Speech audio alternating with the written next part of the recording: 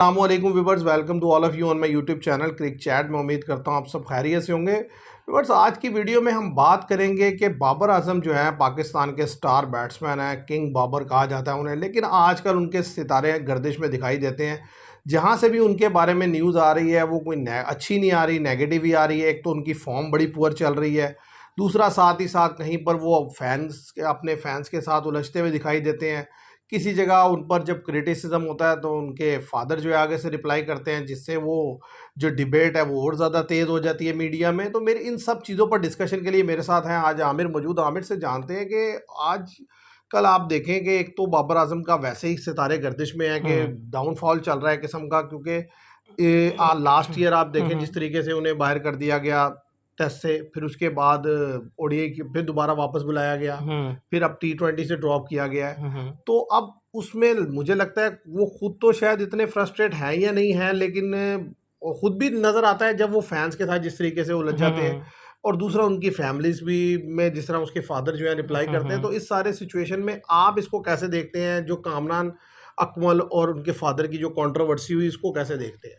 देखिए, अगर कामरान अकमल और उसके फादर की कंट्रोवर्सी को देखा जाए तो वो एक अजीब सी, मुझे तो समझ नहीं आई, मेरी समझ से बाहर है कि कामरान अकमल ने एक मुकम्मल क्रिकेट के तौर पे उन्हें क्या कहते हैं, एक मशवरा दिया कह लें, या उन्होंने अपनी एनालिसिस किया है बाबर आजम और रिजवान के ऊपर। उन्होंने खाली बाबर आजम के ऊपर बात नहीं की, उन्होंने रिजवान के ऊपर भी बात की। उन्होंने कहा कि बाबर आजम और रिजवान की जो सिचुएशन इस टाइम चल रही है उसके ऊपर इन्हें वनडे और T20 से कम से कम एक साल के लिए पीछे हट जाना चाहिए और नए लड़कों को चांस देना चाहिए। तो और टेस्ट पे इन्हें ज़्यादा से ज़्यादा फोकस करना चाहिए, क्योंकि इनकी परफॉर्मेंस पुअर से पुअर होती जा रही है। ठीक है, अब मैं या आप जो क्रिकेट देखने वाला है उसे तो आइडिया है कि यार ये बात इसने बिल्कुल ठीक की है। इस टाइम पे कामरान अकमल जो भी है, या प्रीवियस अरसे में वो जो भी खेला या जो नहीं खेला, लेकिन उसने जो बात की है उस पर फोकस किया जाएगा ना। उसने बात तो बिल्कुल ठीक की है कि बाबर आजम T20 में आप देखें कि कहने को तो 130 का स्ट्राइक रेट है बाबर आजम का, जो अब तक खेले हैं वो जितने मैचेस में भी 130 के स्ट्राइक रेट का, ठीक है, जो ओवरऑल स्ट्राइक रेट है उनका। लेकिन अगर पिछले 10-15 मैचेस उठा लिए जाए T20 के, तो उसमें तो बाबर आजम मेरे ख्याल से 100 के स्ट्राइक रेट से भी नहीं खेल सके। ठीक है, इसी तरह रिजवान भी। और ओडीआई में आप 70-71 के स्ट्राइक रेट से खेल रहे हैं बाबर आजम। तो अब इस पे वो ये बात ना करे तो कैसे करें, और फिर भी रन्स नहीं बना पा रहे। इस स्ट्राइक रेट से भी आप रन्स नहीं बना पा रहे। ठीक है, जिस मैच में आप रन बनाते हैं ना, वो मैच हम हार जाते हैं। ऐसे ही है, ये हालात हुए हुए हैं। स्लो ही इतना खेलते हैं। और इस कमेंट के ऊपर, जो कि प्योर क्रिकेटिंग कमेंट है, उसके ऊपर बाबर आजम के फादर, सबसे पहले तो यही एक अजीब सी बात है कि बाबर आजम ने रिप्लाई नहीं किया, बाबर आजम के फादर रिप्लाई कर रहे हैं। बेशक इनका फैमिली रिलेशन है, कामरान अकमल वगैरह का और बाबर आजम का कज़न है शायद ये आपस में। तो लेकिन फिर भी जब आपके ऊपर कोई भी एंकर या कोई भी एनालिसिस करने वाला बंदा आपके कोई बयान देता है आपके खिलाफ, तो आप उसे रिप्लाई करें। मैंने आज तक जितनी क्रिकेट देखी है, नहीं, अभी देखिए, प्लेयर भी रिप्लाई डायरेक्ट तो नहीं करता, उसका भी रिप्लाई करने का तरीका ये होता है, वो अपनी परफॉर्मेंस से रिप्लाई करता है।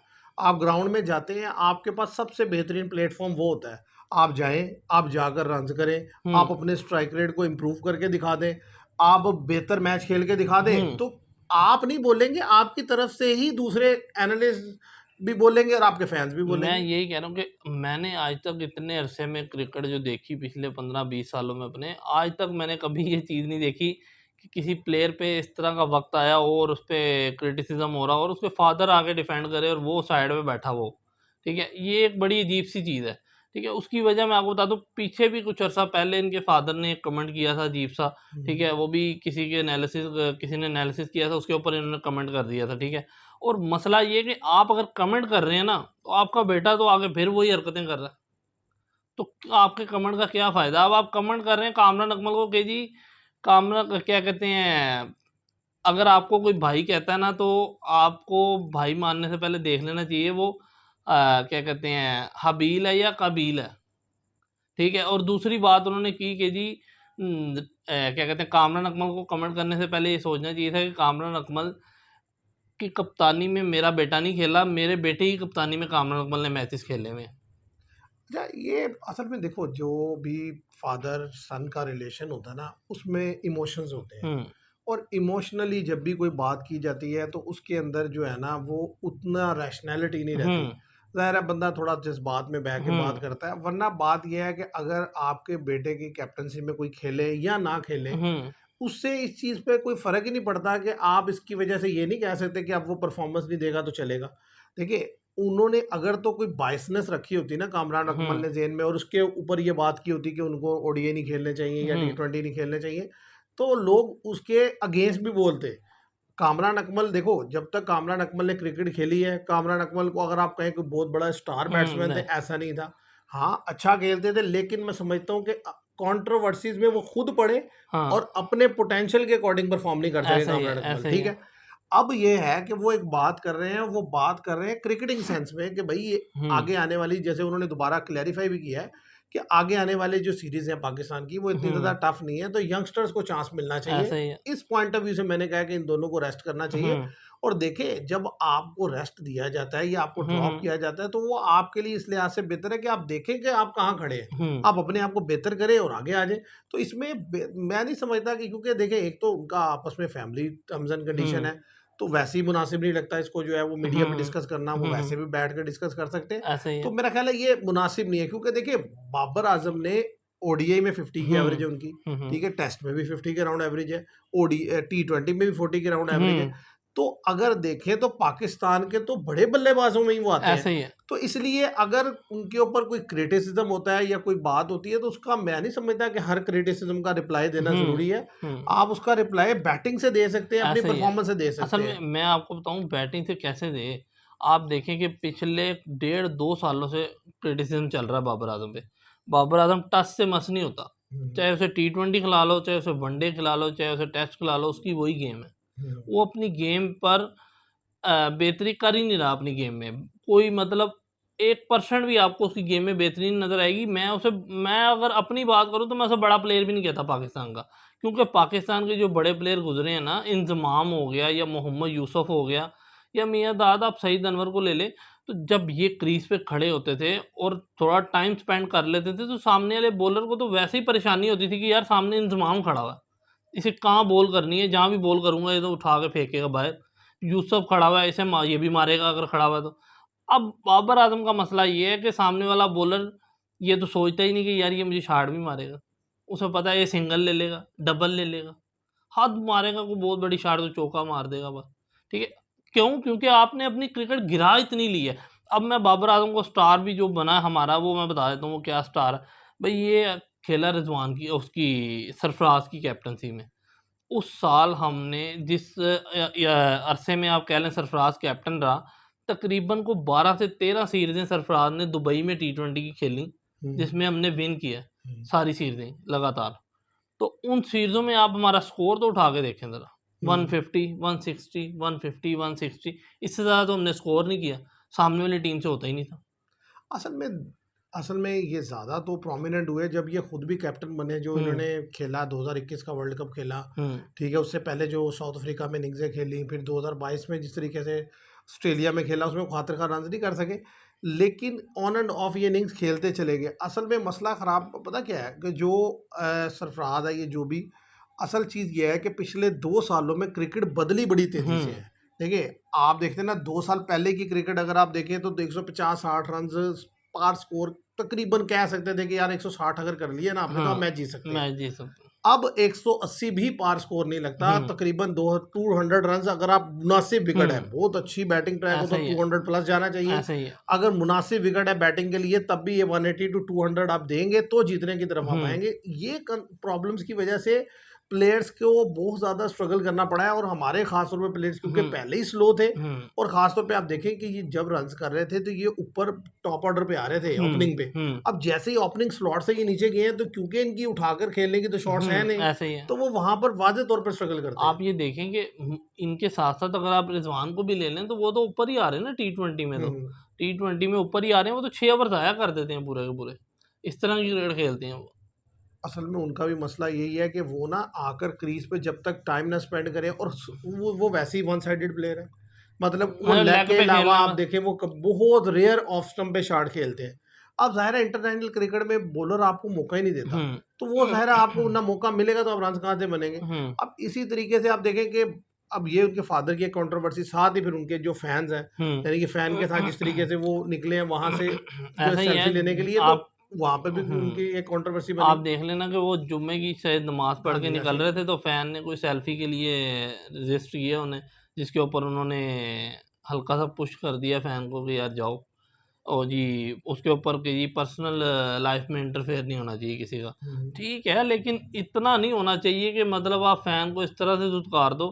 फैन ने अगर सेल्फी लेने का कहा तो कितना 2 4 5 सेकंड में हो जाएगी सेल्फी, हम्म। तो इससे ज़्यादा टाइम तो नहीं लगेगा। यार असल में मूड का भी बड़ा मसला होता है ना, देखें इस वक्त वो खुद ही टेंस हम्म सिचुएशन में है कि जिस तरीके से हालात चल रहे हैं, तो वो उन चीज़ों को देखते हुए फिर वो बंदा थोड़ा सा होता है। वरना आप देखें यही फैंस होते हैं जो आपको स्टार बनाते हैं। हम्म ठीक है, उस वक्त आप इनके मरहूने मिन्नत होते हैं, हम्म आप कहते हैं जी मेरी इतनी फ़ैन फॉलोइंग है। फिर एक वक्त आता है जब आप एक पोजीशन अचीव कर लेते हैं, हम्म फिर इन्हीं फैन से आप इरिटेट होने लगते हैं। हम्म जैसे इंडिया में विराट कोहली होते हैं ऐसा ही है। कि यार ये बार बार हर जगह आ जाते हैं भाई। हम्म ये जो सेलिब्रिटीज जितने भी होते हैं, इनकी अपनी पर्सनल लाइफ तो मैं समझता हूँ होती ही नहीं है, ऐसा ही इसलिए है, ऐसा ही है। कि जब आपकी सारी लाइफ पब्लिक के सामने होती है, तो वो मोस्टली लोग आप जहाँ भी जाएंगे आप आपके जहाँ साथ भी जुड़ जाएंगे। जाएँगे आपको वो तो पहचान ये है कि फिर आप अपनी उस जो भी आपकी जो बर्थ प्लेस है, आप उससे हुँ, कहीं दूर किसी अगर जगह चले जाए ऐसा ही जहाँ है। पर आउट ऑफ आपसे कंट्री चले जाओ फिर आप। हाँ कम लोग आपको जानते हो, तो वही हुँ, होगा। अदरवाइज तो ऐसा ही है, ये इस तरह की प्रॉब्लम्स आपको फेस करने ऐसा ही पड़ेंगे। है।